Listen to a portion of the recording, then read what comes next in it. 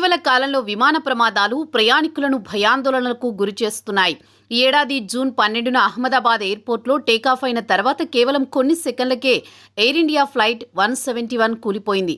అహ్మదాబాద్ నుంచి లండన్లోని గ్వాట్విక్స్కు వెళ్తున్న ఈ బోయింగ్ 787-8 డ్రీమ్ లైనర్లో ప్రయాణిస్తున్న 241 మంది, మెడికల్ కాలేజీ హాస్టల్లో ఉన్న మరో 19 మంది ప్రాణాలు కోల్పోయారు. ఈ ప్రమాదంలో మొత్తం 260 మంది చనిపోయారు. విమానం టేకాఫ్ తర్వాత 2 ఇంజన్లలో ఫ్యూయల్ కంట్రోల్ స్విచ్లు రన్ నుండి కటాఫ్కు మారాయి.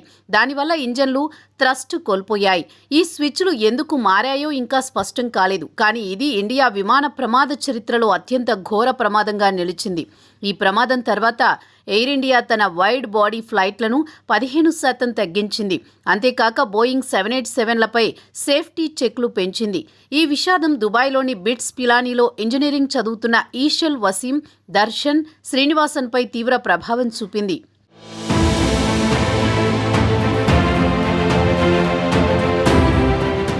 విమాన ప్రమాదాల్లో ప్రయాణికుల మరణాలను తగ్గించే ఉద్దేశంతో వీరిద్దరూ ప్రాజెక్ట్ రీబర్త్ పేరుతో సరికొత్త ఆవిష్కరణకు శ్రీకారం చుట్టారు. ప్రాజెక్ట్ రీబర్త్ అనేది ఒక AI powered crash survival system. ఇది విమాన ప్రమాదాల్లో ప్రాణ నష్టాన్ని తగ్గించేలా చేస్తుంది. ఈ ప్రాజెక్టును Waseem, Darshan Srinivas James Dyson award 2025కు సబ్మిట్ చేయగా ఫైనలిస్టులలో ఒకటిగా ఎంపికయ్యారు. ఈ సిస్టమ్ విమానంలోని క్రిటికల్ ఫ్లైట్ పారామీటర్లైన altitude, speed, engine performance, direction, fire conditions, pilot యాక్షన్లను నిరంతరం మానిటర్ చేస్తుంది. ఒకవేళ ఏఐ ప్రమాదం అనివార్యమని డిటెక్ట్ చేస్తే విమానం 3000 అడుగుల కంటే ఎక్కువ ఎత్తులో ఉంటే సిస్టమ్ ఆటోమేటిక్గా యాక్టివేట్ అవుతుంది. కానీ పైలట్లకు ఓవర్ రైడ్ కేపబిలిటీ ఉంటుంది. ఈ సిస్టంలోని main feature high speed external air బ్యాగ్లు. ఇవి 2 సెకన్ల లోపు విమానం నోస్, బెల్లీ, టైల్ నుండి డిప్లాయ్ అవుతాయి. ఈ మల్టీ లేయర్డ్ ఫ్యాబ్రిక్ ఎయిర్ బ్యాగ్లు ఫ్యూజ్ లేస్ చుట్టూ ఒక ప్రొటెక్టివ్ కోకోన్ను ఏర్పరుస్తాయి. ఇంపాక్ట్ ఫోర్స్లను 60% వరకు అబ్జార్బ్ చేస్తాయి. సిమ్యులేషన్ల ప్రకారం ఈ సిస్టమ్ ప్యాటెల్ ఇంపాక్ట్లను సర్వైవబుల్ ల్యాండింగ్లుగా మార్చగలదు.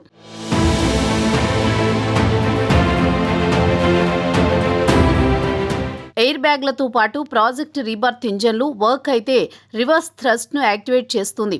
దీనివల్ల విమానం డీసెంట్ స్పీడ్ తగ్గుతుంది. ఇంజన్లు ఫెయిల్ అయితే గ్యాస్ థ్రస్టర్లు యాక్టివేట్ అయ్యి స్పీడ్ను 8 నుంచి 20% తగ్గించి విమానాన్ని స్టెబిలైజ్ చేస్తాయి. మరో ఫీచర్ నాన్ న్యూటోనియన్ ఫ్లూయిడ్లు. ఇవి నార్మల్ ఫ్లైట్లలో సాఫ్ట్గా ఉంటాయి, కానీ ఇంపాక్ట్ సమయంలో హార్డెన్ అయ్యి వాల్స్, సీట్ల వెనుక ప్యాసింజర్ ఇంజురీలను తగ్గిస్తాయి. ఈ సిస్టమ్ రెస్క్యూ ఎయిడ్లతో కూడా ఉంది. విమానం షెల్ను బ్రైట్ ఆరెంజ్ కలర్లో పెయింట్ చేసి ఇన్ఫ్రారెడ్ బీకన్లు, జీపీఎస్ ఫ్లాషింగ్ లైట్లను అందిస్తుంది. దీనివల్ల రెస్క్యూ టీంలకు లొకేషన్ ట్రాకింగ్తో సులభతరం చేస్తుంది. ఈ సిస్టమ్ను ఇప్పటికే ఉన్న విమానాలతో పాటు కొత్త ఎయిర్ క్రాఫ్ట్లలో ఇన్స్టాల్ చేయవచ్చునని, ఎయిర్లైన్స్కు ఇది ఒక మాడ్యూల్ సొల్యూషన్గా ఉంటుందని వసీం, దర్శన్ శ్రీనివాసన్ తెలిపారు.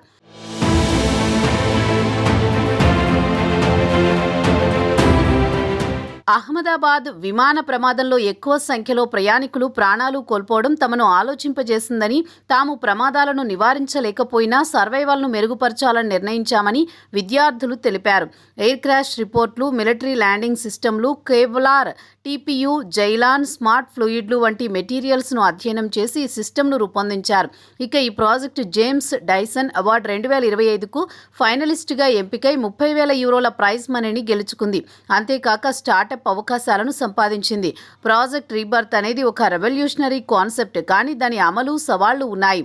ఎయిర్ బ్యాగ్లు విమానం బరువును పెంచడంతో పాటు ఫ్యూయల్ ఎఫిషియన్సీపై ప్రభావం చూపించే అవకాశం ఉంది. మరోవైపు సిస్టమ్ ఫాల్స్ పాజిటివ్లు లేదా ఫాల్స్ నెగిటివ్లు ప్రమాదకరంగా మారవచ్చు.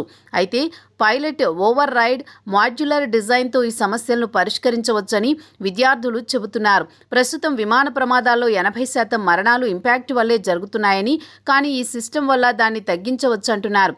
జేమ్స్ డైసన్ అవార్డు ఫైనలిస్టుగా ఎంపికైన ఈ ప్రాజెక్టు విమాన ప్రయాణాలలో సేఫ్టీని మార్చివేయవచ్చని నిపుణులు అంచనా వేస్తున్నారు.